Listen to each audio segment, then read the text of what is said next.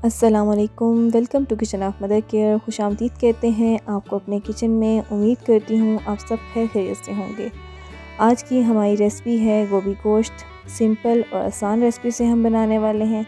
उम्मीद करती हूँ आपको पसंद आएगी। सबसे पहले मटन जो है हमने 1 kg लिया है। वॉश करके मैंने पानी जो है डिस्कार्ड कर दिया है।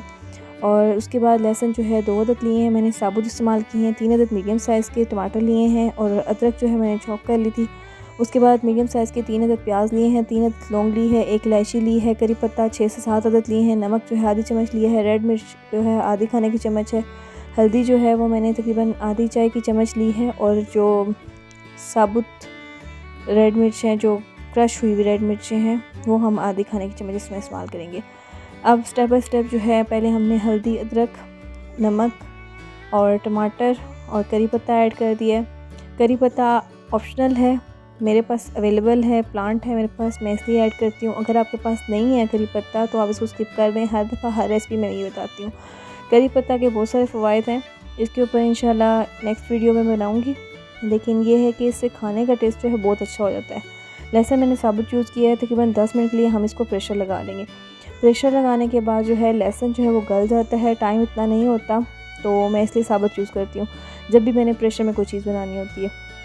गोश्त हमारा जो है गल चुका है। मटन यूज़ किया था हमने, तो इसको 7 से 8 मिनट के लिए प्रेशर काफ़ी था। गोश्त हमारा गल चुका है। इसके अंदर जो एक्स्ट्रा पानी है वो सारा हम ड्राई करेंगे। जब पानी इसका सारा जो है ड्राई हो जाएगा उसके बाद हम इसके अंदर ऑयल ऐड करेंगे। अब हमने जो लहसुन था इसके अंदर से निकाल लिया था, उसको हमने प्रेस करके उसके अंदर से गूदा सारा निकाल लिया। अब वो लहसुन का हमने पेस्ट इसमें ऐड कर दिया। खुश धनिया जो है मैंने आधी खाने की चम्मच जो है वो इसमें ऐड कर दिए। अब इन दोनों चीज़ों को ऐड करने के बाद इसमें हम चम्मच हिला के देखेंगे पानी जो है अब तकरीबन ड्राई हो चुका है। तो अब हम इसके अंदर जो है वो ऑयल ऐड करेंगे।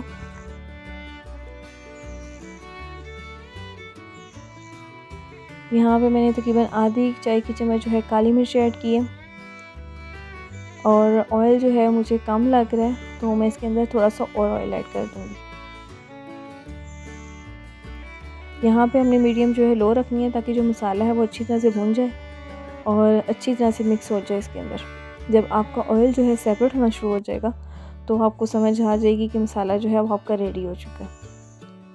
अभी जो है मसाला वो रेडी नहीं हुआ है, तकरीबन 4 से 5 मिनट हमें लगे हैं। मसाला अब हमारा ड्राई हो चुका है, ऑयल जो है हमारा सेपरेट होना शुरू हो गया। इसके अंदर आप आलू भी ऐड कर सकते हैं, यहाँ पे गोभी भी ऐड कर सकते हैं। इसके अलावा कोई सब्ज़ी आपने ऐड करनी है वो ऐड कर लें।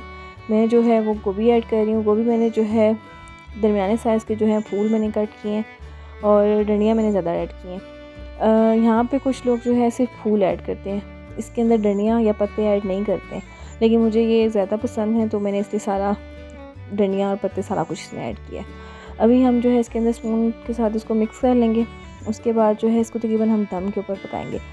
सब्ज़ी के अंदर आप पानी ऐड नहीं करेंगे। कोई भी सब्ज़ी है आप उसको स्टीम में पकाएं, उसका टेस्ट ज़्यादा अच्छा आता है।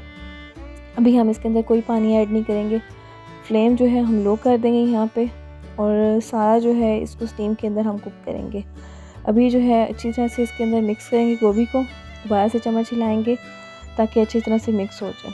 कुछ लोग जो हैं गोभी को एक दफ़ा हल्दी के साथ बॉयल भी दे लेते हैं।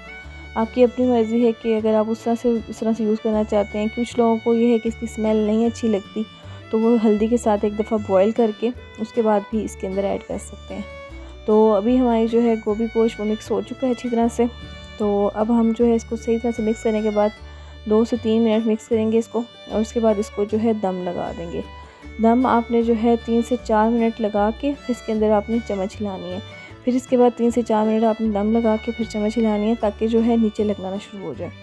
अब हम इसको जो है कवर करके 4 से 5 मिनट के लिए छोड़ देंगे ताकि जो है गोभी अपना पानी छोड़े और इसके अंदर ही कुक हो जाए। अब आप देख सकते हैं कि स्टीम अच्छी खासी बन रही है इसके अंदर और हाफ़ जो है हमारी गोभी जो है वो कुक हो चुकी है। तो अभी ये है कि हम 2 से 3 मिनट के लिए मज़ीद इसको फ्राई करेंगे। ऑयल जो है वो सेपरेट हो चुका है, गोभी जो है वो गल चुकी है। तो अभी जो है हमारा गोभी गोश्त जो है वो अच्छे से मिक्स हो चुका है। अब हम 2 से 3 मिनट के लिए इसको फुल फ्लेम के ऊपर इसकी भुनाई करेंगे ताकि जो इसके अंदर कच्चेपन की स्मेल है गोभी की वो ख़त्म हो जाए। अगर आप पहले भुनाई करना चाहते हैं तो उसके बाद दम लगा दें, लेकिन मैंने जो है पहले दम लगाया ताकि गोभी की अच्छी तरह से गल जाए। उसके बाद हम इसको अच्छी तरह से भून लेंगे। चेक कर लें आप गोभी कि आपकी गल चुकी है या नहीं गल चुकी। अगर गल चुकी है तो आपका गोभी गोश्त रेडी है, और अगर नहीं गली तो आप इसको दोबारा दम लगा सकते हैं। हमारा गोभी गोश्त जो है वो तैयार हो चुका है। अब हम इसको धनिया के साथ और सब्ज़ मिर्चों के साथ गार्निशिंग करेंगे। इसके बाद आप इसमें गरम मसाला भी ऐड कर सकते हैं और कसूरी मेथी भी ऐड कर सकते हैं। ये ऑप्शनल चीज़ें मैं आपको बता रही हूँ ताकि अगर आप पसंद करते हैं तो आप ऐड कर लें। हमारा गोभी गोश्त जो है वो बिल्कुल तैयार हो चुका है। उम्मीद करती हूँ आपको हमारी रेसिपी पसंद आई होगी। अगर आपको हमारी रेसिपी पसंद आई है तो चैनल को सब्सक्राइब कीजिए, लाइक कीजिए और शेयर कीजिए। Thank you so much full video देखने के लिए। अल्लाह हाफिज़।